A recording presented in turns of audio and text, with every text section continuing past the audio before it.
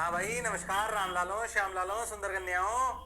मौज चल रही है कि पढ़ाई चल रही है सर? दोनों चल रही है और अपना चल रहा है मॉडर्न, जिसको अपन पढ़ रहे हैं धीरे धीरे शानदार तरीके से।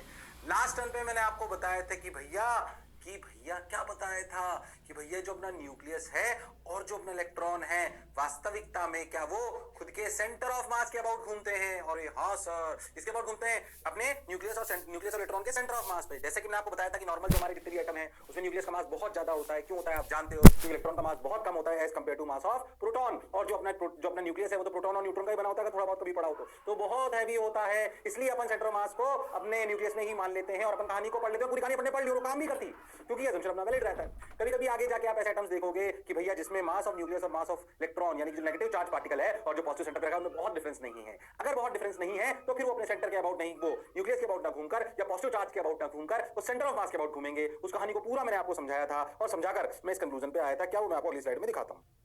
ये आप अगर डन पे करते हो, घबराना मत, शर्माना मत, बिल्कुल देखो भाई। ये देखो भाई, क्या है भैया बाइनरी सिस्टम अपन ने बोला था रिड्यूस मास। मैंने आपको बोला था कि अगर आप नॉर्मल इक्वेशन की बजाय ऐसे मानोगे कि अपना ये एम एन ये जेड ई और ये अपना इलेक्ट्रॉन सेंटर ऑफ मास के अबाउट घूम रहा है, तो भैया ये जो नॉर्मल कहानी थी, नॉर्मल कहानी, अरे हाँ सर, नॉर्मल कहानी की जो इक्वेशन थी दोनों 1 और 2, उनके कंपैरिजन में ये इक्वेशन आई थी। बोलो याद है कि भूल गए? जब हमने इन दोनों इक्वेशन को ढंग से देखा, समझा, फील करा, तो हमने देखा कि भैया जहां पर वहां पे मास ऑफ इलेक्ट्रॉन आ रहा था, वहां पे इस जगह आ रहा है ये वैल्यू, जिसको अपन ने बोला म्यू रिड्यूस्ड मास। ओ हो।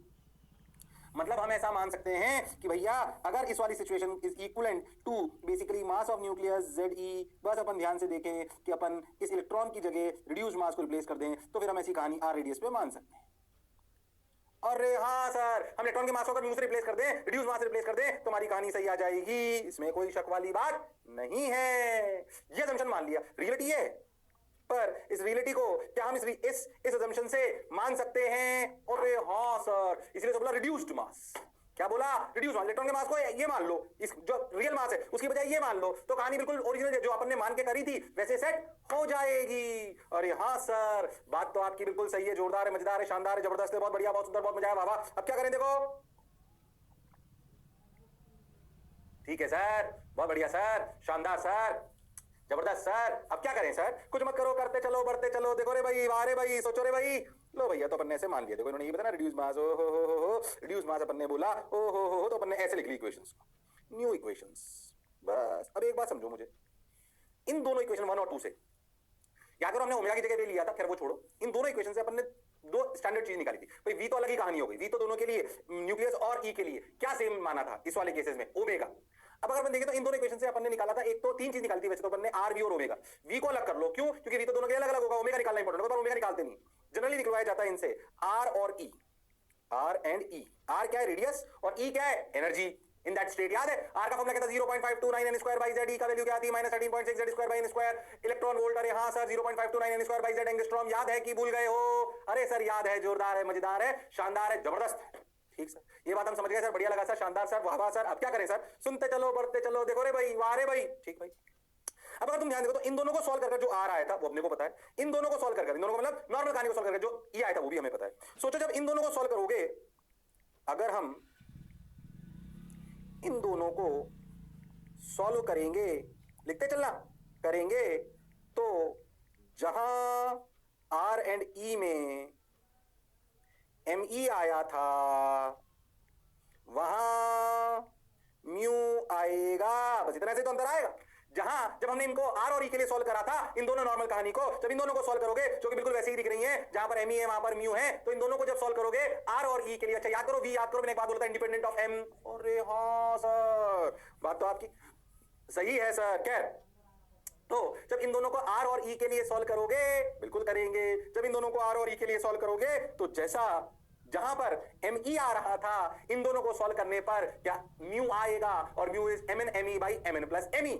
ओ हो, बात तो सर आपकी बिल्कुल सही है, जोरदार है, मजेदार है, ये बात हमें समझ में आई। अब देखो अगली स्लाइड में तुम्हें और अच्छे समझ में आ जाएगा, आर और ई पे चर्चा कर लेंगे, क्लैरिटी आएगी, बढ़िया लिख रखा है मैंने, एकदम समझ में आएगा तुमको पीछे से रिलेट करते हुए। आर का फॉर्मूला भी मैंने पीछे निकलवाया था, ई का फॉर्मूला भी मैंने पीछे निकलवाया था कि नहीं निकलवाया था? निकलवाया था सर, बहुत बढ़िया सर, शानदार सर, जबरदस्त सर, मजा आया सर, वाह वाह सर। अब क्या करें सर? सुनो, ये बोलो, ये कहानी समझ में आ गई? अब देखो अगली स्लाइड ध्यान से देखना, ध्यान से क्या मतलब तुम्हें समझ में आ जाएगा अपने आप क्यों ऐसा फॉर्मूला लिख रहे हैं। और देखो अच्छे लेवल का फॉर्मूला कहला जाता है, पर आपको कहानी समझ में आनी चाहिए।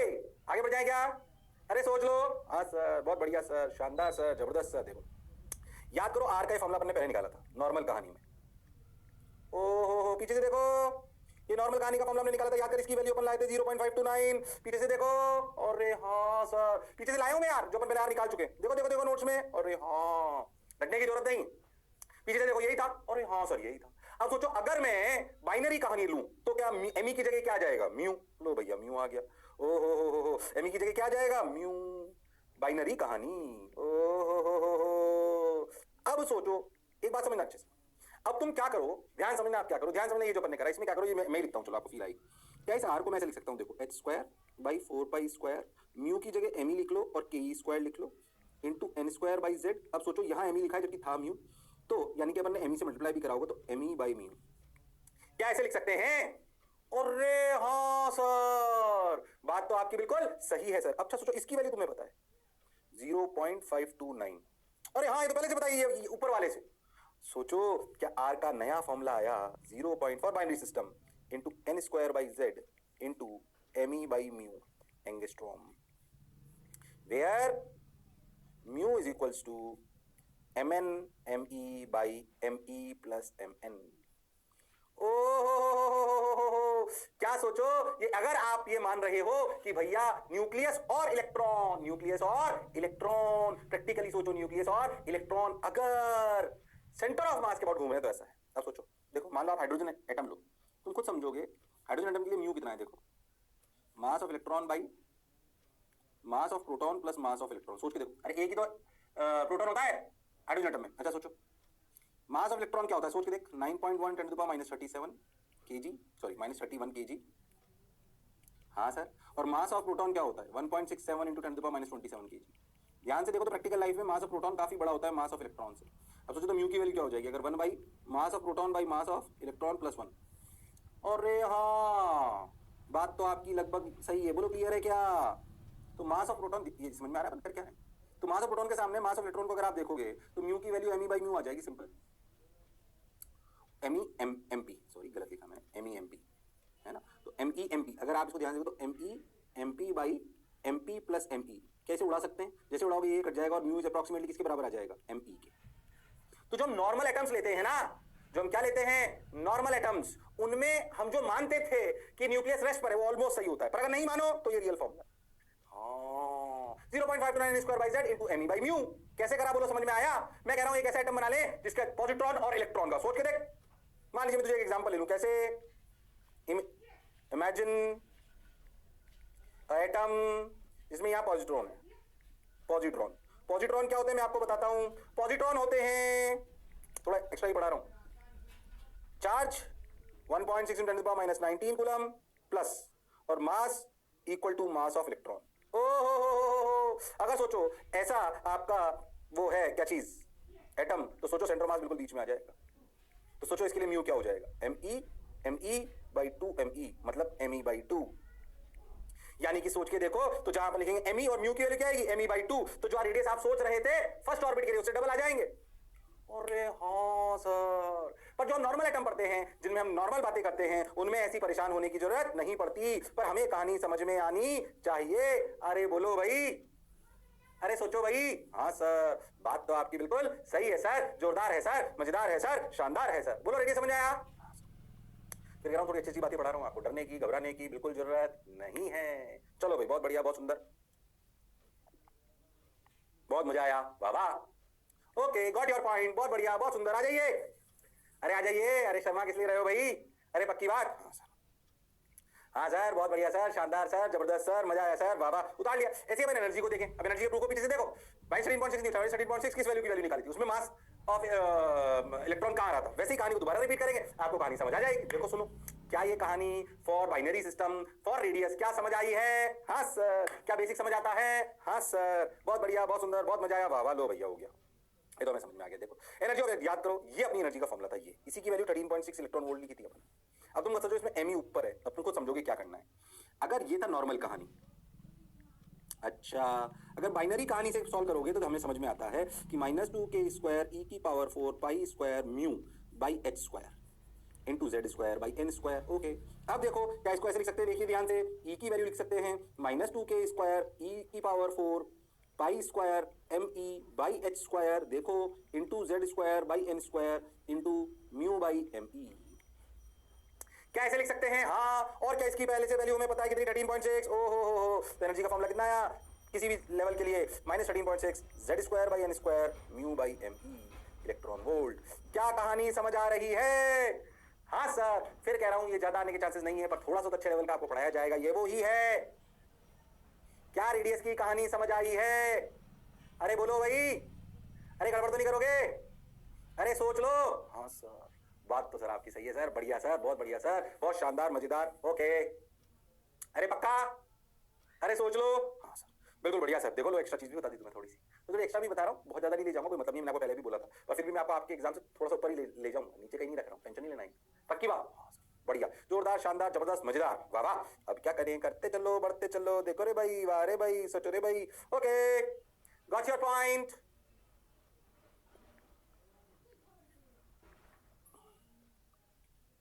आ जाए क्या? अरे सोच लो। हाँ सर, हाँ सर, हाँ सर, बहुत बढ़िया सर, शानदार, जानदार, जबरदस्त, ओके, पक्का? बढ़िया लग रहा है, शानदार लग रहा है, जबरदस्त लग रहा है, मजा आ रहा है, बहुत बढ़िया, वाह वाह, ओ हो। अब क्या करें? अरे सोच लो। हाँ सर, हाँ सर, बढ़िया, आ जाइए। ये तो हो गया, मैं समझ आ गया सर, ये तो समझ गए। This formula is taken into account when both the particles are rotating about their respective centre of masses. ये बात हमें समझ में आती है, हमें क्लैरिटी है। अगर इसमें सवाल भी आ जाए तो हम कर सकते हैं, मैं आपसे बोल दूं वही जो आपने अटेम्प्ट लिया था उसके सेकंड ऑर्बिट में क्या कंसिडर करना होगा वो आप कर सकते हो। क्यों हम नॉर्मल केसेस में नहीं करते? क्योंकि मास ऑफ न्यूक्लियस बहुत ज्यादा होता है। करने को बोल दे तो कर दो, इसमें से कौन सी रॉकेट साइंस है? बोलो यस और नो। हाँ सर, बिल्कुल क्लियर सर, जोरदार क्लियर सर, शानदार क्लियर सर, बहुत बढ़िया सर, पक्का? तो ये अपनी बात थी बाइनरी सिस्टम की, इसकी बाइनरी सिस्टम की, जिसको मैंने आपको अच्छे से एक्सप्लेन करके बढ़िया डिटेल में आपको कहानी सुनाई। अब एक नई कहानी आ रही है, मैं तुम्हें एक छोटी छोटी चीजें और बताता हूँ, ध्यान से देखो। अब अगेन एक एक्स्ट्रा कहानी जो आपकी कोई बुक्स में नहीं होती पर आपके एग्जाम्स में आ सकती है। उससे पहले मैं आपको एक और एक आध एक्स्ट्रा चीज बताता हूँ, क्या क्या ध्यान समझो, ऑल्दो फिर वो बहुत आपके कोर्स का पार्ट नहीं है, पर ऐसे लिख लेता हूँ थोड़ा एक्स्ट्रा,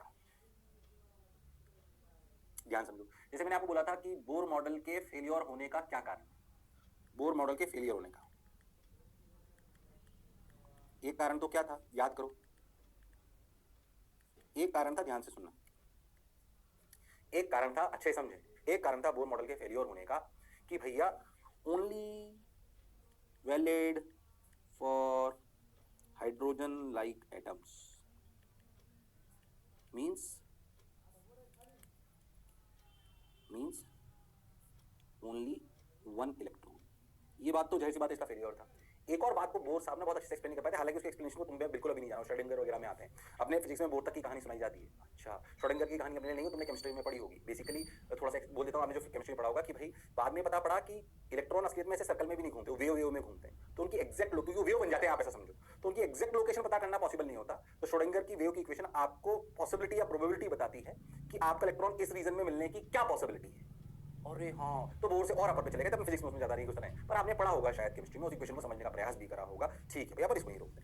एक और बात, ये बात तो सही थी कि बोर साहब क्या इस बात को समझ गए थे कि डिस्क्रीट लेवल्स क्या होते हैं? उन्होंने एंगुलर मोमेंटम की उन्होंने एक अपना पोस्टुलेट दिया, mvr = nh/2π, तो बिल्कुल परफेक्ट बेटा। उनके हिसाब से स्टेबल ऑर्बिट्स होते हैं जो डिस्क्रीट एनर्जी लेवल्स पे होते हैं, -13.6 -3.4 -1.5 -8.85। याद करो, हाइड्रोजन के लिए अपन ऐसी बातें कर चुके हैं। बोलो यस और नो। हाँ सर, बात तो आपकी बिल्कुल सही है सर, जोरदार है सर, मजेदार है सर, शानदार है सर। ठीक भाई, असलियत में जब हमने देखा, बोर साहब एक और बात तो एक्सप्लेन नहीं कर पाए थे। जैसे मान लीजिए कि ऐसे समझो कि मान लो कि यहां से 3 से ऐसे आने के 3 तरीके, ठीक है। अब एक्चुअली हमने जब ध्यान से देखा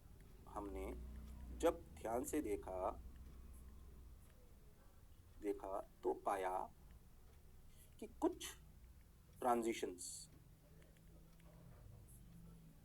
दूसरों से ज्यादा होते हैं। इसका एक्सप्लेनेशन बोर साहब नहीं दे पाए। अच्छा, मतलब ऐसा समझो कि मान लो आप इलेक्ट्रॉन 1 से 3 में चला गया, तो 3 में अगर चला गया तो वो 3 से 1 भी कूद सकता है, फिर 3 से 2 भी कूद सकता है, और 2 से 1 भी कूद सकता है, 3 ट्रांजिशन। हमने देखा इसमें से एक पर्टिकुलर ट्रांजिशन ज्यादा होता है। वो क्यों होता है, इस बात का जवाब बोर साहब नहीं दे पाए। आपको उसका आंसर चाहिए भी नहीं अभी, पर इस बात का आंसर भी थोड़ी एक्स्ट्रा बात है, इस बात का आंसर भी बोर साहब दे नहीं पाए कि why some transition are more likely than the others. Why? When an electron jumps from lower excited state to upper excited state and when it shows a transition, yes or no. और in fact ऐसा तब भी होता है जब अपन lower से अपर में जाते हैं, तो ऐसा समझो कि सब तरह की एनर्जी मिल रही है, पर हो सकता है कि 1 से 2 जाने की पॉसिबिलिटी सबसे ज्यादा हो, ऐसा हो सकता है. So when electrons are showing transition, then some of the transitions are more likely than the others, and Bohr sir is not able to give that explanation. So that is the second reason why Bohr models failure. Failure तो नहीं बोलेंगे, उनके बिना अपन कैसे आगे बढ़ पाते थे. फिर उन्हें श्रोडिंगर ने और अपनी कहानी को आगे बढ़ाया. थोड़ी सी बात याद रखो, ज्यादा परेशान होने की जरूरत नहीं है, ज्यादा ही पढ़ा रहा हूं मैं, कम नहीं पढ़ा रहा हूं. थोड़ा सा याद रखो, है ना, थोड़ा सा याद रखो. हैशटैग. अच्छा, इस बात को भी बोर साहब एक्सप्लेन नहीं कर पाए थे. क्यों नहीं कर पाए थे? वो आगे अपने आप में लंबी कहानी, बिल्कुल नहीं जाना उसमें, परेशान बिल्कुल नहीं होना. जब इच्छा हो जाए, कोर्स खत्म हो जाए तो पढ़ लेना, बहुत सारी जगह मिलेगा तुमको. ठीक है, चलो भाई, बात तो समझ आई सर, अच्छा लग रहा है सर, बढ़िया लग रहा है सर, शानदार सर, जबरदस्त सर, मजा आया सर, वाह वाह सर. अब क्या करें सर? कुछ मत करो, आगे बढ़ो, बढ़ते चलो, चलते चलो, सुनते चलो. देखो रे भाई, वाह रे भाई, ओ हो. ऐसे अगर आपने देखा हो तो ये जो है ना, इनका एक वेरिफिकेशन जो इसने करा था ना बोर साहब का,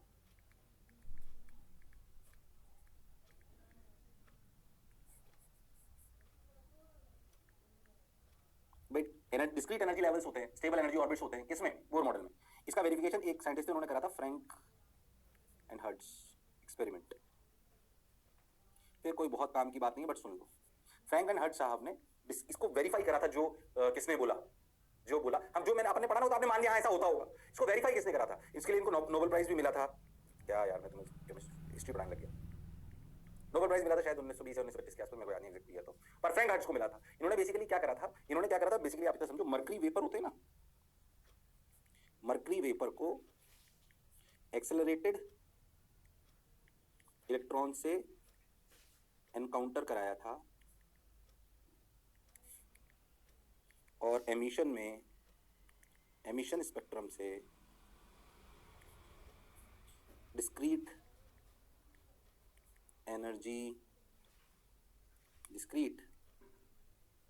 एनर्जी स्टेट्स को शो करा था. ओहो, इन्होंने क्या करा, मरकरी के वेपर बनाए, ऐसा समझो. उन पे एक्सीलरेटेड इलेक्ट्रॉन्स होते हैं, उनको गिराया. एक्सीलरेटेड इलेक्ट्रॉन की अलग एनर्जी हो सकती है. उन एक्सीलरेटेड इलेक्ट्रॉन से इस मरकरी के वेपर एटम्स ने एनर्जी दी इलेक्ट्रॉन्स ने, और अपर एक्सीलरेटेड स्टेट पे गए. तो अपर एक्सीलरेटेड स्टेट पे जाके जब वो नीचे आए तो उन्होंने पर्टिकुलर एनर्जी ही छोड़ी. उसको उन्होंने स्पेक्ट्रम पे दिखाकर प्रूव करा कि देखो जो बोर साहब कह रहे थे वो बिल्कुल सही है. तो ये वेरीफाई करना अपने आप में छोटी मोटी बात नहीं थी, इसलिए नोबेल प्राइज मिला उनको. बोलो यस और नो. तो उस एक्सपेरिमेंट की exact details not required, details not required. थोड़ा सा याद रह जाए तो साइंटिस्ट का सम्मान और अपना ज्ञान बढ़ जाएगा. क्या मेरी बात क्लियर है? अरे सोच लीजिए. हाँ सर, बात तो आपकी बिल्कुल सही. तो थोड़ा बहुत एक्स्ट्रा ज्ञान था, दिमाग में रख लो. बाकी अब जो मैं पढ़ाने वाला हूँ थोड़ा सा आपके एग्जामिनेशन से अपने लेवल पे बहुत है, उसकी जरूरत नहीं है. जितना मैं पढ़ा रहा हूँ बहुत मोर देन सफिशिएंट है. उसे बोलते हैं एटॉमिक कोलिजन. तो एटॉमिक कोलिजन अपने आप में बहुत बड़ी बात है, उसमें बहुत सारे एक्सपेरिमेंट और हो सकते हैं, और उसी पे जीवन चल रहा है. जीवन मतलब उसकी रिसर्च बहुत तगड़ी चल रही है, पर फिर भी उसका आपको बेसिक इंस्टेंट वाले एटॉमिक कोलिजन, जैसे हमने 2 ब्लॉक टकराते हैं ना, 1 किलो और 2 किलो का. अब अपन सोचो एटॉमिक कोलिजन की बात कर रहे हैं. It's not easy thing to understand, but हम उसको एक अच्छे ठीक ठाक लेवल तक हम उसको पढ़ेंगे. क्या मेरी बात क्लियर है? तो आपके एग्जामिनेशन का अपर लेवल साइड है, पर अपने को दिमाग में सेट होना चाहिए. क्या मेरी बात क्लियर है? हाँ सर, बिल्कुल क्लियर है सर, जोरदार क्लियर है, शानदार क्लियर है. तो थोड़ा एक्स्ट्रा बताया. तो अब अपन जो नेक्स्ट चीज पढ़ने वाले हैं वो है एटॉमिक कोलिजन. फिर मैं कह रहा हूं बहुत ज्यादा आपको उसमें परेशान होने की जरूरत नहीं है, मैं आपको एक अच्छे लेवल से समझाऊंगा. पहले आप समझो एटॉमिक कोलिजन, ध्यान समझो आप क्या कह रहा है. आप ऐसा समझे, ऐसा बनाए जो डायग्राम बनाए, मैं आपको पूरी कहानी अच्छे समझाऊंगा बिना एनिमेशन, बस इतना बना लो. आप ऐसा समझो कि एक न्यूट्रॉन है. कौन है? एक न्यूट्रॉन. क्यों मैं ऐसा बोल रहा हूं, समझिए. न्यूट्रॉन है, ऐसा कई एक्सपेरिमेंट्स में करते हैं. तुम आगे जाके पढ़ोगे तो अपने आप जो आपके ये जो न्यूक्लियर फ्यूजन रिएक्टर्स होते हैं, है ना, न्यूक्लियर फ्यूजन रिएक्शन, वो सब यहीं से एक्सप्लेन होती है, इसलिए इस पे बात करो. मान लो एक न्यूट्रॉन. अच्छा, तुम्हें पता है कि मास ऑफ न्यूट्रॉन और मास ऑफ प्रोटॉन लगभग बराबर होता है, 1.67 × 10⁻27. अच्छा, तुम एक बात समझो कि जैसे मैंने बोला एक हाइड्रोजन एटम, मैं आपसे पूछूं what is the mass of, suppose मैं आपसे पूछूं what is the mass of, हालांकि इस पे अपन थोड़ी सी चर्चा न्यूक्लियस वाले जब पढ़ेंगे अपन बात करेंगे what is the mass of hydrogen atom suppose. तो आप जानते हो कि hydrogen atom consist of mass of proton revolving with electron. तो mass of atom is equals to mass of proton plus mass of electron, which is approximately mass of proton. अरे हाँ sir, क्या hydrogen atom का मास लगभग proton के मास के बराबर होगा? क्यों? क्योंकि एटम जो हाइड्रोजन एटम है उसमें एक प्रोटॉन होता है और एक इलेक्ट्रॉन होता है, पर प्रोटॉन और इलेक्ट्रॉन में किसका मास बहुत ज्यादा होता है? प्रोटॉन का मास बहुत ज्यादा होता है. तो अप्रोक्सीमेटली, तो मैं समझ सोच रहा हूं प्रोटॉन बहुत हैवी होता है. कंपैरेटिव स्टडी है, इलेक्ट्रॉन के कंपैरिजन में मास ऑफ प्रोटॉन बहुत ज्यादा है. इलेक्ट्रॉन के कंपैरिजन में मास ऑफ प्रोटॉन बहुत ज्यादा है, इसमें कोई शक और संशय वाली बात नहीं है। हाँ सर, बात तो आपकी एकदम क्लियर है, सही है, जोरदार है, मजेदार है, शानदार है, जबरदस्त है। बोलो क्लियर? हाँ सर, बहुत बढ़िया सर, शानदार सर, जबरदस्त सर। अब क्या करें? सही लग रहा है सर? बढ़िया सर, जोरदार सर, मजेदार सर, वाह वाह सर, अच्छी बात है। अच्छा, इसलिए हमने हाइड्रोजन एटम का मास भी m मान लिया। समझो मास बराबर क्यों माना है। समझो पहले न्यूट्रॉन का मास, वैसे भी अगर आप ध्यान से देखोगे तो पता पड़ेगा न्यूट्रॉन का मास स्लाइटली ग्रेटर देन होता है इन रियलिटी। हालांकि मैं अभी न्यूक्लियस की स्टडी वाले पे बात कर रहा हूं। In reality mass of nucleus is slightly greater then mass of proton, but for calculations we consider mass of neutron equal to mass of proton is greater than mass of electron। ये बात हम अपनी calculations के लिए consider करते हैं, जिसमें कोई दिक्कत वाली बात नहीं है। अब आप ऐसा समझें कि हमने कोई ऐसी सिचुएशन, ये सिचुएशन क्रिएट करने का आसान नहीं था कि न्यूट्रॉन टकरा जाए हाइड्रोजन एटम से। It takes lot of effort, lot of experimental values, lot of machineries to do that. पर अपन समझे, अपन उसकी बात नहीं मान रहे, अपन तो माने कि एक न्यूट्रॉन मान लीजिए हाइड्रोजन एटम से टकराता है, उस हाइड्रोजन एटम में इलेक्ट्रॉन भी और उसमें प्रोटॉन भी है, ठीक भाई, टकराया। क्योंकि दोनों का मास सेम है, मान लेते हैं कि न्यूट्रॉन की काइनेटिक एनर्जी k है और रफ्तार v नॉट है, तो हम जानते हैं कि k equal to kinetic energy half, actually kinetic energy के रूप में बात करेंगे तो काइनेटिक एनर्जी ऑफ न्यूट्रॉन्स मान लो हाफ mv नॉट स्क्वायर है। कितनी है? Half mv not square. ओहो सर, न्यूट्रॉन कहां से जनरेट होता है? कई बार आगे आप देखोगे रेडियो एक्टिव मटेरियल होंगे, उनका जब डीके होता है तो न्यूट्रॉन्स निकलते हैं, न्यूट्रॉन्स की अपने आप में काइनेटिक एनर्जी होती है, वहां से आ सकते हैं। खैर अभी उस पर बात नहीं करते, आगे बढ़ते हैं। कहता जो मैं बोला क्या चमका? हाँ सर, बहुत बढ़िया। अब मान लो कि एक न्यूट्रॉन एक हाइड्रोजन एटम से टकराया, अगर टकराया तो कोलिजन हुआ। अच्छा, जब कोलिजन होता है तो अपनी बेसिक कहानी पे अपन स्टिक करते हैं। कोलिजन हुआ तो मोमेंटम कंजर्व है, एनर्जी कंजर्व हो भी सकती है, नहीं भी हो सकता, मोमेंटम कंजर्व है। अच्छा, एनर्जी कंजर्व हो भी सकती है और नहीं भी कंजर्व हो सकती है। ओके, अब आप समझो, याद करो, कोलिजन इलास्टिक भी हो सकता है, इनइलास्टिक भी हो सकता है, पार्शियल इलास्टिक भी हो सकता है। अरे हाँ सर, मेरे को बताओ मैक्सिमम लॉस कब हो सकता है? मैक्सिमम लॉस कब हो सकता है? सोच के देखो, सोच के देखो, मैक्सिमम लॉस कब हो सकता है? अच्छा, let's consider maximum loss situation. जब मैक्सिमम लॉस होगा मतलब momentum is conserved but collision is perfectly elastic, sorry perfectly inelastic. अरे हाँ sir, but collision is perfectly inelastic, इसमें कोई शक और संशय वाली बात नहीं है। अरे बोलो भाई, अरे सोचो भाई। हाँ सर, बात तो आपकी बिल्कुल सही है सर, जोरदार है सर, मजेदार है सर, शानदार है सर, वाह वाह sir. Okay sir, got your point sir, बात समझ आई सर। अब क्या करें सर? सुनो रे भाई, वाह रे भाई, सोचो रे भाई, देखो रे भाई। अब एक मास एम न्यूट्रॉन हाइड्रोजन। अच्छा सुने, मान लो कि ये दोनों टकराए, ये केस की इनिशियल काइनेटिक एनर्जी जब ये टकराए तो आप ऐसे समझो कि मैक्सिमम, जब collision is perfectly elastic, for perfectly inelastic collision final V is same for both. For perfectly elastic collision final V is same for both. अगर दोनों का V सेम हो गया, आप ऐसे समझो, ये V और ये भी V। अच्छा सोचो, तो मोमेंटम कंजर्वेशन से अपन ने क्या लिखा? mv naught equal to 2mv। अरे हाँ, तो v की वैल्यू कितनी आई भैया? v naught by 2। अरे हाँ सर, अब दोनों की रफ्तार कितनी हो गई? v naught by 2। तो काइनेटिक एनर्जी फाइनल कितनी आई भाई साहब? Half m v naught by 2 का whole square plus half m v naught by 2 का होल स्क्वायर। तो जो मैक्सिमम लॉस हो सकता है, सोच के देखो, अगर आप बहुत ध्यान से देखो तो आपको समझ में आएगा कि half mv not square by 2 तो यानी कि हो गया mv नॉट स्क्वायर बाई 8, और ये भी कितना हो गया? mv नॉट स्क्वायर बाई 8, तो ये आ गया mv नॉट स्क्वायर बाई 4, यानी कि बहुत ध्यान से देखो तो k बाई 2, यानी कि फाइनल काइनेटिक एनर्जी आ गई। इनिशियल काइनेटिक एनर्जी कितनी थी? k, फाइनल कितनी? k by 2। Therefore maximum possible loss in this situation, ध्यान से सुनना कहानी को, याद नहीं हो सकता, कभी नहीं सुनी, केमिस्ट्री में शायद नहीं पढ़ाते हैं। तो maximum possible loss in this situation is k minus k by 2, that is k by 2। इससे ज्यादा लॉस हो ही नहीं सकता कोलिजन में, अगर हमें हमारी फिजिक्स को सही लग रहा है तो। अच्छा, ये बात तो मैं समझ आ गई सर, कि अगर कोलिजन हो रहा है तो हमारी नॉर्मल थ्योरी जो हम पढ़ते हैं, हाँ, कि मैक्सिमम लॉस किसी भी कोलिजन में कब हो सकता है? अगर अपन कोलिजन को एडवांस बढ़िया एकदम शानदार मान रहे हैं तो भैया मैक्सिमम लॉस तब हो सकता है जब परफेक्टली इलास्टिक कोलिजन हो। परफेक्टली इलास्टिक कोलिजन अगर इसमें मान ले तो भैया मैक्सिमम लॉस k बाई 2 है। अरे हाँ सर, अब ध्यान से समझो। अगर हम बहुत ध्यान से देखें तो एटॉमिक कोलिजन है, इसमें लॉसेस फ्रिक्शन में या साउंड में या हीट में नहीं जाएंगे।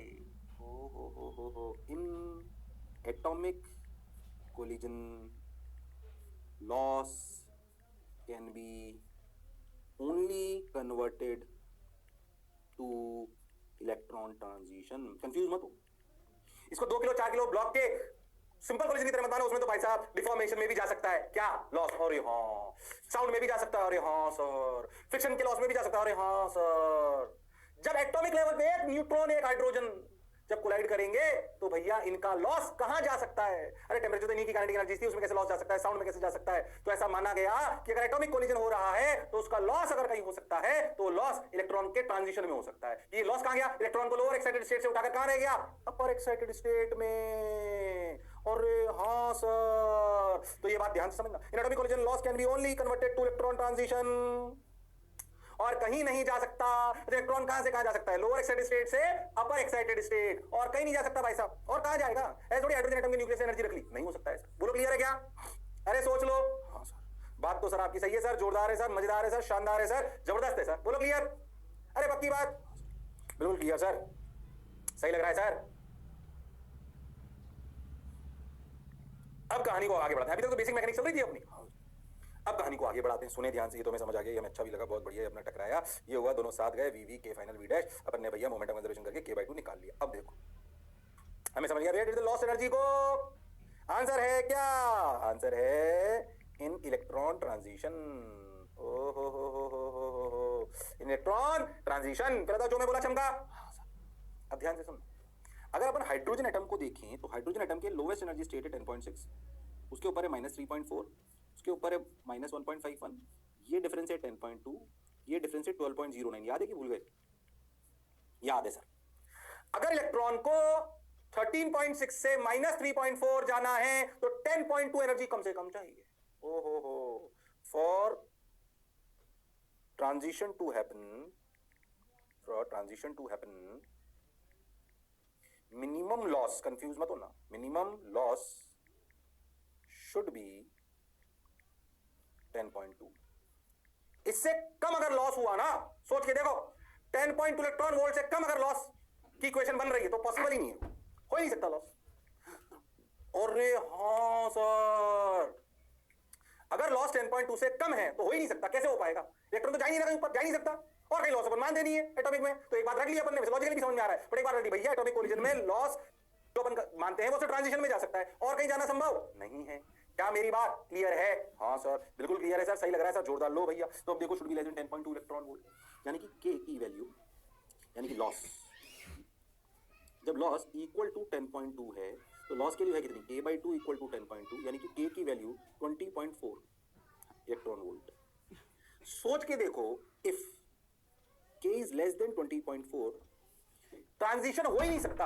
अगर जो न्यूट्रॉन टकरा रहा है उसकी काइनेटिक एनर्जी मान लो 10 है, तो अगर मैं सारी कंडीशन मान लूं तो लॉस हो ही 5 सकता है, और 5 में ट्रांजिशन हो नहीं सकता तो लॉस होगा ही नहीं। अगर लॉस होगा ही नहीं, इसका मतलब ट्रांजिशन कैसा था, कोलिजन कैसा था? Perfectly elastic. इस बात को समझे? क्यों हमने बोला कि अगर के 20.4 है से कम है तो भाइयों और बहनों, ध्यान से सुनना, तो भाइयों और बहनों 20.4 से अगर के कम है तो भैया लॉस हो ही नहीं सकता, क्योंकि 20.4 का मैक्सिमम, सॉरी, अगर मान लीजिए के 10 है तो 10 का मैक्सिमम लॉस 5 है, और 5 में कोई ट्रांजिशन पॉसिबल नहीं, तो बोलेगा इलेक्ट्रॉन क्यों लॉस करें? परफेक्टली इलास्टिक कोलिजन होगा। अरे हाँ सर, ये बढ़िया सवाल आ सकते हैं के की वैल्यू देकर कि बताओ कैसा कोलिजन पॉसिबल है, तो आपको समझ में आना चाहिए, बढ़िया लेवल के सवाल हैं। बोलो क्लियर है क्या? अरे सोच लो। हाँ सर, बात तो आपकी बिल्कुल सही है सर, जोरदार है सर, मजेदार है सर, शानदार है sir. Okay sir, got your point sir. अब सोचो कि अगर के की वैल्यू एग्जैक्ट 20.4 है तो ध्यान से देखो, ट्रांजिशन n बराबर 1 to 2 पॉसिबल है। अब मान लो कि ऐसे 1 lakh neutron 1 lakh hydrogen atom से टकराए 20.4 इलेक्ट्रॉन वोल्ट की एनर्जी के, क्या इसमें लॉस 10.2 है? हाँ, यानी कि क्या इलेक्ट्रॉन 10.2 एनर्जी लेकर ऊपर जा सकता है? जा सकता है, पर कोई जरूरी है कि वो हर न्यूट्रॉन से एनर्जी लेके जाए? नहीं जाए। जब न्यूट्रॉन निकल रहा था वो कहीं और बातें कर रहा था, नहीं। तो क्या क्या हर इलेक्ट्रॉन लॉस को लेकर ट्रांजिशन करे? ऐसा जरूरी नहीं है। तो हम जानते हैं हर इलेक्ट्रॉन ट्रांजिशन करे, यह जरूरी नहीं है। Therefore we can say कि पर क्या ट्रांजिशन कर सकता है लॉस को लेकर? और हाँ, फिजिक्स को मेंटेन कर हाँ, कर तो सकता है सर।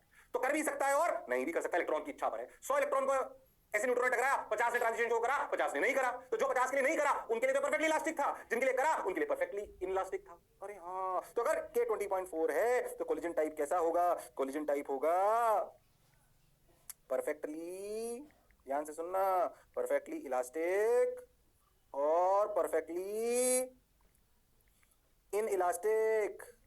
मेरी बात ध्यान समझो, बोलो यस और नो। हाँ सर, बात तो आपकी बिल्कुल सही है। अच्छा, अब एक बात ध्यान से, ये जो लॉस आ रहा है ये 2 से 1 आ रहा है। मान लीजिए 1 से 2, सॉरी। अगर मान लो मैं 1 से 3 की बात करूं तो सोचो लॉस कितना चाहिए? तब लॉस चाहिए 12.09। ओके, 12.09 12.09 इंटू 2 कितना हुआ भैया? 24.18। तो लॉस चाहिए 12.09। फिर K/2 को 12.09 के बराबर कर दो तो K की वैल्यू आ गई 24.18। इतने लॉस पर 24.18 पे क्या ट्रांजिशन हो सकता है? इतने K पर क्या ट्रांजिशन हो सकता है 1 से 3? अब मैं तुमसे कहानी सुनता हूं, ध्यान सुनो। ये पहला केस था, ये दूसरा केस है, ध्यान सुना, दिमाग चाहिए सुनने के लिए। ओके, तीसरा केस लेता हूं। देखो, ये पहला केस खत्म हो गया, ये मैंने दूसरा केस खत्म कर लिया। तीसरा सुनो, अगर K की वैल्यू मान लो 22 इलेक्ट्रॉन वोल्ट, ऐसा समझो आप, या आप ऐसा समझो K की वैल्यू लाई कर रही है 20.4 से लेकर 24.18 के बीच। अगर K की वैल्यू 20.4 से लेकर 24.18 के बीच में है तो लॉस क्या? Maximum loss K/2 is greater then, maximum loss possible K/2 is greater then 10.2। मतलब लॉस, मैक्सिमम लॉस 10.2 से ज्यादा हो सकता है पर 12.09 से कम हो सकता है। पर हमें तो इसका मतलब 10.2 ट्रांजिशन ही पॉसिबल है। तो अगर 10.2 ट्रांजिशन ही पॉसिबल है तो हमें मैक्सिमम लॉस की जरूरत नहीं है। Therefore for transition, ध्यान से सुनना, therefore for transition 10.2 electron volt we do not need maximum loss. Therefore collision can be partially elastic or perfectly elastic. ओ क्या कहानी समझ आई है? अरे बोलो भाई। अरे हाँ सर, सोचो अगर के 20.4 से 24.18 के बीच में है तो ऐसे तो कुछ इलेक्ट्रॉन होंगे ना जो बोले मुझे ट्रांजिशन नहीं करना। अगर नहीं करना ट्रांजिशन तो परफेक्टली इलास्टिक है ही, पर क्या वो ट्रांजिशन कर सकते हैं? पर ट्रांजिशन करने के लिए एग्जैक्ट 10.2 एनर्जी चाहिए। तो इनको फिजिक्स समझ में आती है, जानते हैं 10.2 करने के लिए परफेक्टली इलास्टिक होने की जरूरत नहीं है। वो नेक्स्ट एनर्जी को कहां ले जाएंगे? तो कोलिजन होगा पार्शली इनइलास्टिक या पार्शली इलास्टिक। क्या कहानी समझ आई है? अरे हाँ सर, बात तो आपकी बिल्कुल सही है। अरे बोलो भाई, ये देखो केसेस बता रहा हूँ, बढ़िया बढ़िया, जोरदार, शानदार। अरे हाँ सर, अच्छा लग रहा है सर, बढ़िया लग रहा है सर, शानदार सर। लो भैया एक और ले लो, हालांकि बहुत ज्यादा जरूरत नहीं, सुने। क्या यहाँ तक की कहानी समझ आई है? हाँ सर आइए सर, बढ़िया, मैं खुद ही लिख रहा हूँ अच्छे से, है ना, ताकि आपको फील है। मान लो फोर्थ केस ले लो कि K की वैल्यू 24.18 है। कहानी को आगे भी ले जा सकता है, ये भी ज्यादा ही है। सोचो अगर 24.18 है, क्या ट्रांजिशन 1 से 3 पॉसिबल है? अरे हाँ, क्या 1 से 2 भी पॉसिबल है? हाँ, देखो ट्रांजिशन, नो ट्रांजिशन, क्या क्या पॉसिबिलिटी सुने। पॉसिबिलिटी क्या क्या है समझे? पॉसिबिलिटी क्या है? नो ट्रांजिशन, कोई ट्रांजिशन ना हो, ये तो हो ही सकता है हमेशा। Therefore perfectly elastic. मान लो ट्रांजिशन हो जाए 1 से 2, क्या 10.2 तो मिल ही सकता है लॉस? तो भैया मैक्सिमम लॉस से कम होगा, क्योंकि मैक्सिमम लॉस तो 12.09 होगा। तो भैया पार्शियली इलास्टिक। और क्या ट्रांजिशन 1 से 3 भी हो सकता है? हाँ, यानी कि परफेक्टली इन इलास्टिक। तीनों पॉसिबिलिटी आ गई, देखो। अरे हाँ सर, बात तो आपकी बिल्कुल सही है सर, जोरदार है सर, मजेदार है सर, शानदार है सर। बोलो क्लियर है क्या? लो भैया, ये कहानी जो लिखी हुई है ना, खतरनाक तो मैं नहीं बोलूंगा, पर अच्छे लेवल की कहानी है। फील करो इसको, मैंने ज्यादा ही पढ़ा है, कम नहीं पढ़ा है। मैं एक और करा दूंगा आपको बढ़िया तगड़े तरीके से, मैं ही बताऊंगा, परेशान मत हो। अरे बोलो भाई, अरे सोचो भाई, अरे शर्माओ मत, जिसने की शर्म उसका है नंबर कम। चलो भाई बहुत बढ़िया सर, बहुत शानदार सर, बहुत मजा आया सर, वाह वाह सर। अब क्या करें सर, देखो रे भाई, वाह रे भाई, सोचो रे भाई। हो गया हो गया हो गया हो गया। अरे पक्का? हाँ सर बिल्कुल क्लियर है एकदम। तो आपको समझ में आ जाएगा कि के की वैल्यू को, मतलब लॉस की वैल्यू को देखकर, जैसे इसमें लॉस आया k/2 क्योंकि दोनों का मास सेम था। अभी ऐसा भी तो हो सकता है कि कोई हीलियम को टकरा ले न्यूट्रॉन से, तो लॉस की वैल्यू आपको पहले देखनी पड़ेगी, समझना पड़ेगा उसको। अरे हाँ, फिर उसके हिसाब से आपको केसेस बनाने पड़ेंगे। देखो ध्यान से, के जब 20.4 से कम है तो भैया लॉस 10.2 हो ही नहीं सकता, ट्रांजिशन होगा ही नहीं, तो परफेक्टली इलास्टिक 20.4। तो ट्रांजिशन नहीं होने के ट्रांजिशन की पॉसिबिलिटी तो हमेशा है, मतलब परफेक्टली इलास्टिक तो हमेशा हो सकता है, ये तो फिक्स आ गई। कोई भी के की वैल्यू हो, क्या परफेक्टली इलास्टिक हो सकता है? इलेक्ट्रॉन मना कर दे किसी एटम का कि मैं तो नहीं कर रहा ट्रांजिशन, वो कहीं और बैठा है अपनी सूम में, बोलो यस और नो। हाँ सर बहुत बढ़िया, बहुत शानदार, बहुत मजा आया, वाह वाह। ये बात तो सर आपकी बिल्कुल सही है, जोरदार है, मजेदार है, शानदार है, जबरदस्त है, अच्छी बात सर, बहुत बढ़िया सर। अब क्या करें सर? देखो भाई, अगर के की वैल्यू कुछ और है, 20.4 है, तो भैया परफेक्टली इलास्टिक तो हमेशा फिक्स होगा, परफेक्टली इलास्टिक तो हमेशा होगा। 10.2 हो सकता है एग्जैक्ट, तो भैया परफेक्टली इनइलास्टिक। उनके बीच में तो आपको समझ में आ रहा है क्या हो रहा है, बोलो क्लियर? समझ आया सर? इस कहानी को मैं जानता हूं कि थोड़ी टफ है, तो एक इलस्ट्रेशन और ले लेता हूं। इलस्ट्रेशन ही है वो एक तरीके का, ताकि आपको कहानी थोड़ी और अच्छे समझ में आ जाए। थोड़ा सा इससे और टफ होगा, इससे ज्यादा की बिल्कुल जरूरत नहीं है, बिल्कुल नहीं, मतलब ये भी ज्यादा ही है, मैं आपको सही बता रहा हूं। बता जो मैं बोला चमका, अरे सोच लो। हाँ सर बात तो आपकी बिल्कुल सही है सर, जोरदार है सर, मजेदार है सर, शानदार है सर। चलो भैया आ जाओ, हो गया, तुम समझ गए सब। हो तो मैक्सिमम पॉसिबल एसिस्ट 10.2, ये वो ये जो मैंने बोला वो कहानी पूरी लिखी हुई है, कोई मतलब नहीं है, अपन पहले कहानी को सुन चुके हैं, ये अपन सब समझ चुके हैं। हो। अब देखो सेकंड टाइप का इलस्ट्रेशन। कैसा इलस्ट्रेशन? सेकंड टाइप का इलस्ट्रेशन। लो भैया, न्यूट्रॉन को टकरा रहे हैं हीलियम से। पहले बताओ, अगर तुम्हें बताओ तो helium plus means 2 neutron plus 2 proton, यानी कि अगर इसका मास m है तो इसका मास 4 टाइम m है। ये समझ में आता है? अरे हाँ सर, हीलियम प्लस। और याद करो छोटी छोटी बातें, इसमें ट्रांजिशन की एनर्जी चाहिए होगी ना, आपको डायरेक्ट लिखता हूँ, ध्यान समझना, यही समझ में आ जाएगा। इसमें ट्रांजिशन की एनर्जी चाहिए होगी, याद है? हीलियम में वो Z²/n²। अरे हाँ, ऐसे लिखते थे ना, -13.6 इंटू 4, ये -3.4 इंटू 4, ये -1.51 इंटू 4। तो मैं तुझे करके बताता हूँ, देख 10.2 इंटू 4, यानी कि ये गैप हो गया 40.8, ठीक, और वो वाला गैप हो गया 12.09 इंटू 4, तो वो वाला गैप हो गया 48.36। यानी कि इसमें आपको कम से कम 40.8 इलेक्ट्रॉन वोल्ट का लॉस कम से कम चाहिए। पहले देखिए लॉस है कितना, मैक्सिमम पॉसिबल लॉस। यही करके बताता हूं। मान लीजिए कि न्यूट्रॉन आया के काइनेटिक एनर्जी से V0 से, तो काइनेटिक एनर्जी इनिशियल हो गई 12 mv0 स्क्वायर। इसका मास है 4m। मैक्सिमम लॉस के लिए आप जानते हैं कि ये दोनों मिले ऐसे V0 से टकराए। अब दोनों जब एक साथ हो गए तो ये 4m, ये m, इनकी दोनों की रफ्तार होगी मान लो v डैश। तो आप जानते हो कि मोमेंटम कंजर्वेशन लिखा जाएगा mv0 equal to 5 mv dash. v dash की वैल्यू आएगी v0/5। बोलो यस और नो? हाँ, तो फाइनल काइनेटिक एनर्जी आएगी 12 5m इंटू v डैश का स्क्वायर। यस और नो? अरे हाँ सर, बात तो आपकी बिल्कुल सही है सर। अच्छा, v डैश की वैल्यू कितनी है? v0/5, तो 12 5m v0²/5²। 5 ने 5 को मार दिया, तो दैट इज mv0²/2 इंटू 5। तो mv0²/2 की वैल्यू है k, इनिशियल k, तो इसे लिख दिया गया k/5। तो फाइनल काइनेटिक एनर्जी कितनी आई? थोड़ा तेज बोल रहा हूँ, ये पहले वाली कहानी रिपीट कर चुका हूँ। अरे हाँ सर, तो फाइनल काइनेटिक एनर्जी कितनी आई? k/5। इनिशियल कितनी थी? k। ये मैक्सिमम लॉस की बात हो रही है, therefore maximum possible loss for this transition, for this collision is k minus k/5, that is 4k/5। हमेशा लॉस k/2 आएगा ये जरूरी नहीं है। ओ हो, ध्यान से देखो, बोलो क्लियर है? अरे पक्की बात? हाँ सर, हाँ सर, बात तो आपकी बिल्कुल सही है सर, जोरदार है सर, मजा आया सर। तो भैया ट्रांजिशन होने के लिए जो मैक्सिमम पॉसिबल लॉस है वो 4k/5 है। इससे कम अगर, मतलब 4k/5 से लॉस हो ही नहीं सकता। अब देखो, अगर ट्रांजिशन n 1 से 2 है तो 4k/5 की वैल्यू 40.8 होनी चाहिए, यानी कि 40.8 इंटू 5 डिवाइड बाई 4, यानी कि 51, यानी कि k की वैल्यू 51 इलेक्ट्रॉन वोल्ट कम से कम होनी चाहिए ट्रांजिशन के लिए। और हाँ सर, बात तो आपकी बिल्कुल सही है। अगर आप ट्रांजिशन ले रहे हो 1 से 3, तो भैया 48.36 इंटू 5 डिवाइडेड बाई 4, यानी कि 60.45।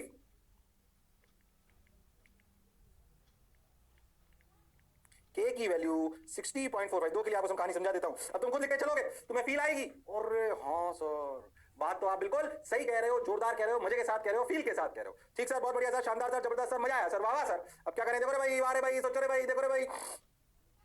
अगर फर्स्ट केस लूं, देखो फर्स्ट केस, अगर के की वैल्यू 51 इलेक्ट्रॉन वोल्ट से कम है तो पॉसिबिलिटी क्या है? Possibility no transition possible, no transition possible, therefore perfectly elastic, और कुछ हो ही नहीं सकता। अरे हाँ सर, तुम्हें खुद समझ में आता है, परफेक्टली इलास्टिक। लो भाई सेकंड केस, अब तुम्हें समझ में आने लगी हुई कहानी। के की वैल्यू 51 इलेक्ट्रॉन वोल्ट हो तो पॉसिबिलिटी क्या क्या है?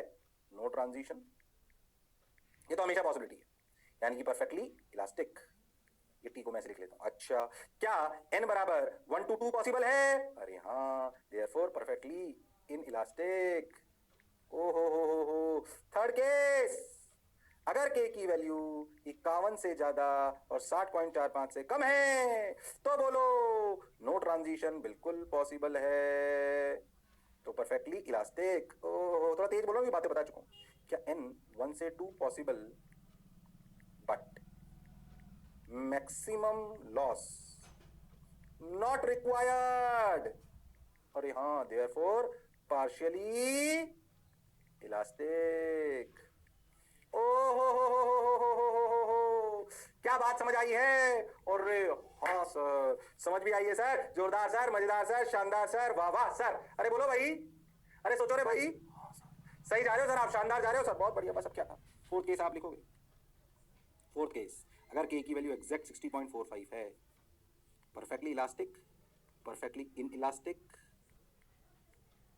और पार्शियली इलास्टिक। खुद सोचो और उतार लो, टफ कहानी कहलाती है ये। पर अगर आपको बेसिक मैकेनिक्स, आपको कोलिजन की थ्योरी, लॉस समझ आता है तो ये कहानी आपको समझ में आएगी। इसके लिए मॉडर्न की कहानी, ट्रांजिशंस की, अब भाई साहब खतरनाक शानदार चीज पढ़ाई। बोलो क्लियर है क्या? अरे सोच लो, क्लियर तो है सर, अच्छा भी लग रहा है सर, शानदार सर, जबरदस्त सर, मजा आया सर। अरे पक्का, अरे गारंटीड, अच्छा लग रहा है सर, जोरदार, जबरदस्त, शानदार, जिंदाबाद। बोलो भाई, उतार लीजिए, गड़बड़ मत करिए, मास्टर की बात सुनिए, अच्छा लगेगा। बोलो समझ आया? अरे समझ आया कि नहीं आया? आया सर, आया सर, अच्छा लग रहा है सर, पक्का? क्लैरिटी समझ में आया सर, एटॉमिक कोलिजन अच्छा लग रहा है, बढ़िया एकदम क्लियर।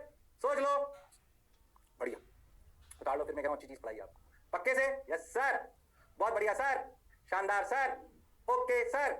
चलो भाई, चलो भाई, चलो भाई। ओ हो, ये तो हो गया, हम समझ गए। तो 4k/5 आ गया, हमने पूरी कहानी लिख ली, 40.8 लिखा, ये लिखा, वो मैंने पूरी कहानी आपको एक साथ ही समझाई है, अपन खुद लिख के करिए। बोलो ये कहानी समझ आएगी अच्छे से? अरे पक्का, मैंने आपको सारे केस दिखाई दे, गड़बड़ मत करना। करेगी नहीं करेगा? हाँ सर करेगी, समझ आया ना ये? अरे पक्का। अब ना एक और छोटी सी चीज पढ़ते से बोलते हैं रिकॉइल स्पीड, हालांकि तुम्हें फॉर्मूला याद रखना है। रिकॉइल स्पीड, आप ऐसे समझो कि जब अपन ने सेंटर ऑफ मास पढ़ा था तो उसमें देखा था एक बम में फूट गया, जब बम फूटा ऐसे रखा था चुपचाप, फूटा, जब फूटा तो एक पार्टिकल इधर भागा तो दूसरा इधर भागा। अरे हाँ, बेसिकली उस पार्टिकल में से एक पार्टिकल ने बोला मैं तो फूटूंगा, तुम में से फूट के इधर भागा, तो जो जो जो पार्टिकल मेन था उस पर भी तो झटका लगा, क्योंकि मोमेंटम कंजर्व होना पड़े। अरे हाँ सर, अब इसको थोड़ा एटॉमिक लेवल पे देखा गया, क्या समझे? कि अगर एक एटम में सोचो ट्रांजिशन, एक फोटोन निकले, ट्रांजिशन हो 2 से 1, मान लीजिए। अच्छा, अगर किसी एटम में ट्रांजिशन हो 2 से 1, हाँ हो सकता है सर, इसमें कौन सी खास बात है? बिल्कुल हो सकता है। अगर ट्रांजिशन हो 2 से 1 तो क्या करें? 2 से 1 अगर ट्रांजिशन होगा तो फोटोन निकलेगा, किस एनर्जी का फोटोन निकलेगा? 10.2 का निकलेगा। मान लो हाइड्रोजन एटम ले लेते हैं। तुम सोचो, अगर एटम को बिल्कुल ऐसे चुपचाप रुका हुआ मानो और ट्रांजिशन हुआ 2 से 1, तो फोटोन एक पार्टिकल की तरह है जो अपने साथ मोमेंटम ले जाता है h by लैम्डा। तो सोचो जब फोटोन, मान लीजिए एटम में से रखा हुआ था, एक फोटोन ऐसे निकला तो उसमें मोमेंटम आया h by लैम्डा, तो उसको कंपनसेट कौन करेगा? क्या ये एटम जो रखा हुआ है, क्या ये पीछे की तरफ भागेगा टू मेक श्योर कि फिजिक्स बैठी रहे? अरे हाँ, consider photon as a particle because it carries momentum that is h by lambda. Oh my god, बात तो सर आपकी बिल्कुल सही है, जोरदार है, शानदार है, मजेदार है। अरे हाँ, so when there is a release of photon from an atom, when electron transits from upper excited state to lower excited state, from upper excited state to lower excited state, then the main atom feels a recoil speed, and that is known as recoil, and feels a velocity in the opposite direction, you can say, and that is known as recoil speed. बहुत ज्यादा परेशान नहीं होना, decently फॉर्मूले को समझें, feel करने का प्रयास मैं आपको कराऊंगा, बिल्कुल घबराने की जरूरत नहीं है। आइए ओ हो, ये तो हो गया, सब कर लिया हमने तो। अब तो पहले समझो रिकॉइल स्पीड की कहानी लिखो आप।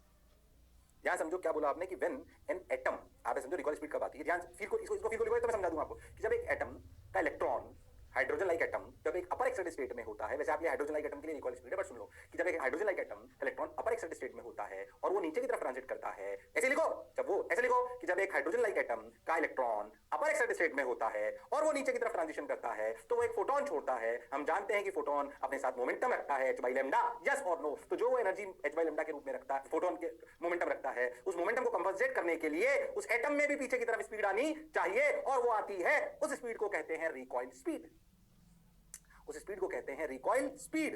अच्छा, बताओ क्या बात चमकी। अब मैं आपको थोड़ी सी और डिटेल में कहानी समझाता हूं, पहले आप एक बात समझो जो मैं आपसे कह रहा हूं। जैसे मान लो एक एग्जांपल को समझो आप पहले, before going deep into this theory. मान लीजिए मैं आपको बोलूं कि एक ना 1000 केजी का मास है, ठीक है, इसमें से एक मास ना ऐसे समझो कि 1 ग्राम का टूट के इधर गया है। 1 ग्राम का मास, तो टूटने के बाद ऐसा मास कितना हो गया ये लगभग 1000 किलो ही रहा। 1000 केजी माइनस 1 ग्राम, 1 ग्राम को आप लिख सकते हो 10 to the power minus 3 KG, तो अप्रोक्सीमेटली 1000 केजी। अरे हाँ, और ये इधर गया कितना, 1 ग्राम, यानी कि 10 to the power minus 3 KG ऐसे मान लो V0 से, और ये इधर भागा मान लो V डैश। ठीक है भाई, इन दोनों का क्या सेम है, ये बम की तरह फूटे ना, पर एक बहुत बड़ा मास, उसमें थोड़ा सा मास निकला 1 ग्राम। अच्छा, तो आप बेसिकली बोलोगे, ध्यान से समझो, इसको बड़ा एम ले लो, इसको छोटा एम ले लो, आप ऐसा समझो। तो ये बड़ा एम और ये छोटा एम, पर ये डेटा ये बताता है कि बड़ा एम बहुत बड़ा है किससे, छोटे एम से। तो हमें समझ में आता है कि M V dash equal to M V not, ये बात तो सच्चाई है। तो P momentum of both particles is same. अरे यस और नो, अरे हाँ, मोमेंटम सेम है पर दोनों की काइनेटिक एनर्जी सेम है, ऐसा जरूरी नहीं है। अब समझो, kinetic energy of M mass कितनी है, half M V dash square, जिसको लिखा जा सकता है P square by 2 mass M. ध्यान से समझना, इस मोमेंटम को पी मान लिया क्योंकि यार एनर्जी कंजर्व है तो मोमेंटम तो सेम है, एनर्जी कंजर्व है तो मोमेंटम तो सेम है, इसमें कोई शक और संशय वाली बात नहीं है। और हाँ sir, P square by 2 M. ऐसी काइनेटिक एनर्जी ऑफ छोटा एम क्या हुआ, ध्यान से सुनना इस कहानी को, पहले मैं मिटा दूंगा, पहले समझ लो। तो इसको भी लिखा गया half M V not square, ठीक, तो इसको लिखा गया फिर से P square by 2 mass of this. अरे हाँ, now compare compare kinetic energy of M and kinetic energy of छोटा एम। देखो ध्यान से, इनको कंपेयर करो।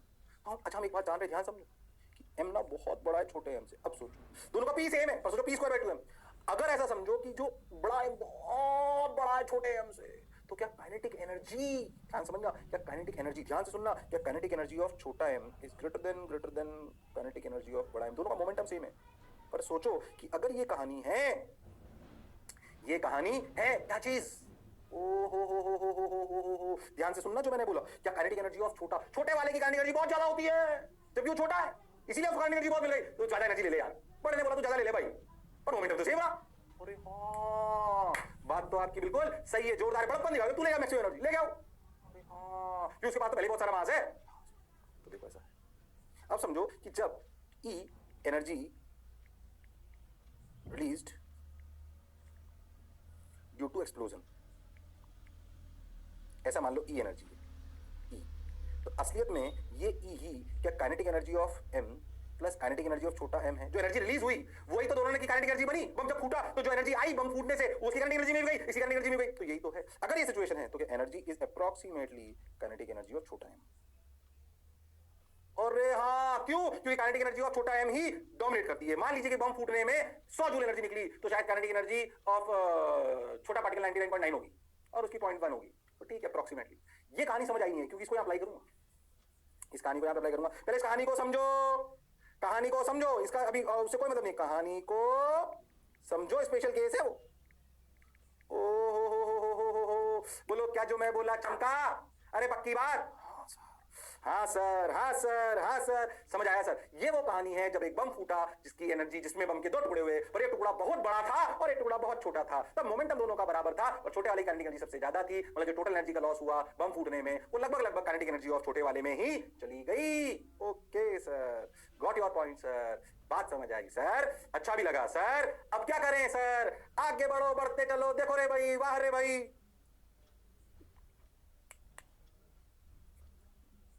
सही जा रहे हो सर आप, बिल्कुल सही जा रहे हो सर, बढ़िया। ये कहानी समझ आ गई क्या, अरे पक्का समझ आ गई। अब सुन, ध्यान से समझो, when an electron jumps from n equal to 2 to n equal to 1 in hydrogen atom, we get 10.2 electron volt energy.